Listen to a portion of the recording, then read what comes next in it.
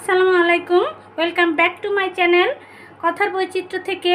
আজ একটি নতুন রেসিপি নিয়ে আপনাদের সামনে হাজির হলাম। লাউ চিংড়ি, আর সেই সঙ্গে আছে আশ্বিন মাস, আশির সময় আমাদের শীতের একটু প্রভাব পড়ে, আর সেই জন্য আমি কুমড়ো বড়ি দিয়ে আজকে চিংড়ি লাউ রান্না করে আপনাদের সঙ্গে শেয়ার করব। আমার কড়াইটা গরম হয়ে গেছে, এখন আমি তেল দিয়ে নিব, বড়িগুলো ভেজে নিব। কুমড়ো বড়িগুলো ভেজে নিচ্ছি। গাইজ, কুমড়ো বড়িটা শীতের খাবার, তবু আমি এটা সংরক্ষণ করে রেখেছিলাম। আর গুরুজনেরাই বলে যে আশ্বিনে শীত কিছুটা আশি ভাব হয়, এই সময় লাউ চিংড়ি খেতে খুবই মজা লাগে।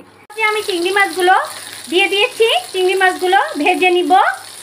গাইজ, আপনারা আমার চ্যানেলটাকে অবশ্যই সাবস্ক্রাইব করবেন আর আমার ভিডিওটাকে লাইক করবেন, আর আমার কিভাবে রান্না করি সেটা আপনারা দেখুন। গাইজ, আমার চিংড়ি মাছগুলো সুন্দর করে ভাজা হয়ে গেছে, এবার আমি চিংড়ি মাছগুলো উঠিয়ে নিব। এরপর যে আমি আরেকটু তেল দিয়ে দিব, তেলটা দেওয়া হয়ে গেছে। এবার আমি সমস্ত মশলা বেটে নিয়েছি আর গুঁড়ো মশলাগুলো এর উপরে একসঙ্গে মিশিয়ে নিয়েছি।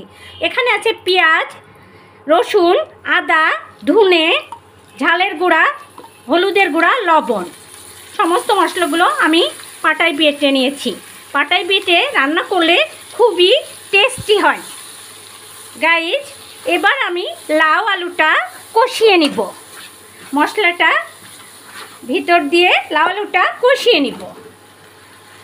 এভাবে আমি 10 মিনিট ধরে কষাবো, তাহলে লাউটা গলা গলা অবস্থায় এই চিংড়ি মাছটা দিলে খুবই টেস্টি হয়। এটা সামান্য সময় নেড়ে নিয়েছি। এটা কষানোর জন্য একটু পানি দিতে হবে, না হলে লাউগুলো গলা গলা হবে না, লাউ না গললে ভালো লাগে না।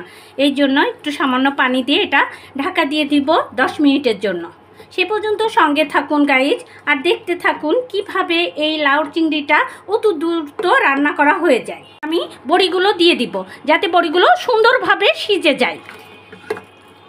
আমরা 10 মিনিট পরে ফিরে এসেছি। এই দেখুন আমাদের লাউটা কত সুন্দর কষা হয়ে গেছে, লাউটা গলে কতটুকু হয়ে গেছে।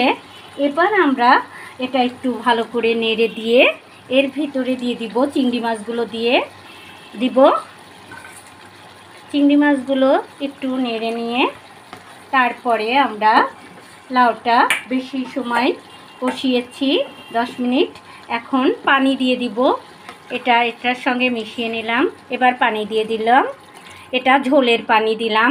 ঝোলের পানিটা লাউ ঝোল এত টেস্টি, আমাদের দেশের মানুষের কাছে এটা একটা দুর্দান্ত খাবার।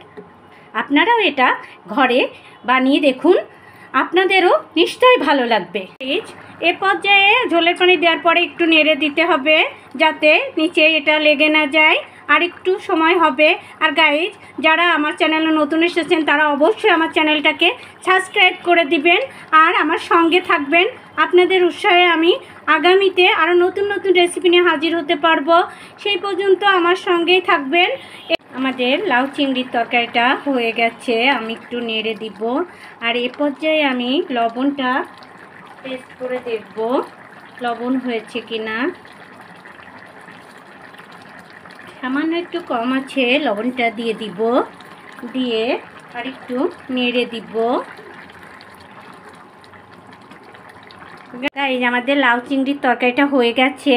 এখন আমি ভাজা জিরের গুঁড়া দিয়ে দিব।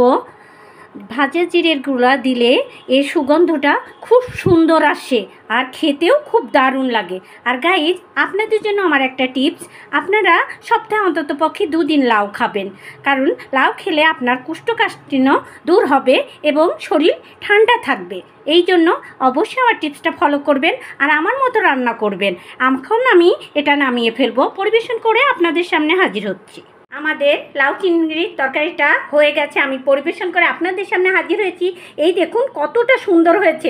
আপনারা এভাবে বাসায় বাড়িতে ট্রাই করুন, দেখবেন আপনাদের দুর্দান্ত লাগবে, কারণ লাউর সাথে চিংড়ি আর কথাই চলে না।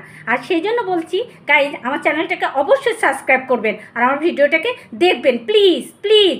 আর সেই সঙ্গে আমার কথার বৈচিত্র্য পেজকে ফলো লাইক করে দিবেন, আর আমি নতুন নতুন ভিডিও নিয়ে আপনাদের সামনে যাতে হাজির হতে পারি সেই প্রত্যাশায় আগামীতে আবার দেখা হবে। সেই প্রত্যাশায় আজকের মতো বিদায়। আল্লাহ হাফেজ, টাটা, বাই বাই।